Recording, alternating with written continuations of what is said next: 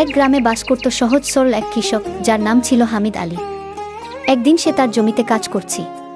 কোদাল দিয়ে মাটি খোদাই করার সময় হঠাৎ সে মাটির নিচে ঝনঝন কি শব্দ শুনতে পেল।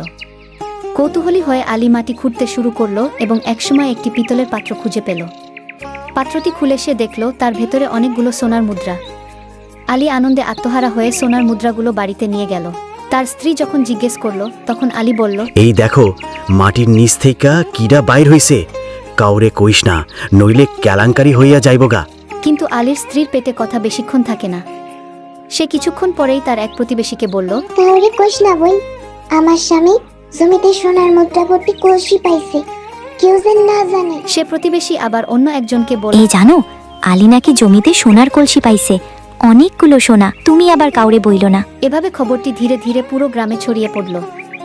এবং একটা সময় যখন জমির আসল মালিক আরাফ সাহেব ঘটনাটি জানতে পারেন, তখন তিনি আলীকে ডেকে বলেন, এই যে আলী, জমি আমার, তার মানে সোনাগুলো আমার।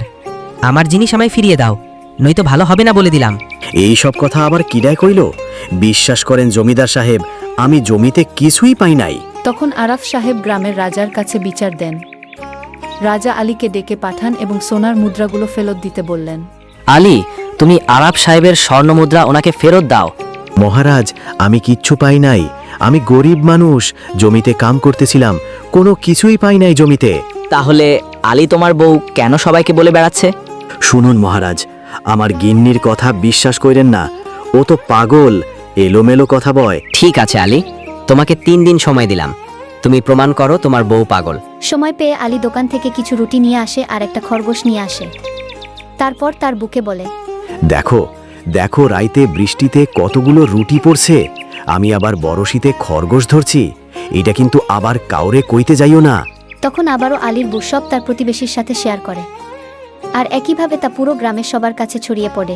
তখন আলী রাজাকে বলে, মহারাজ, গত রাইতে কোনো বৃষ্টি হয় নাই, অথচ আমার গিন্নি সবাইরে বলতেছে রাইতে নাকি বৃষ্টির সাথে রুটি পড়ছে।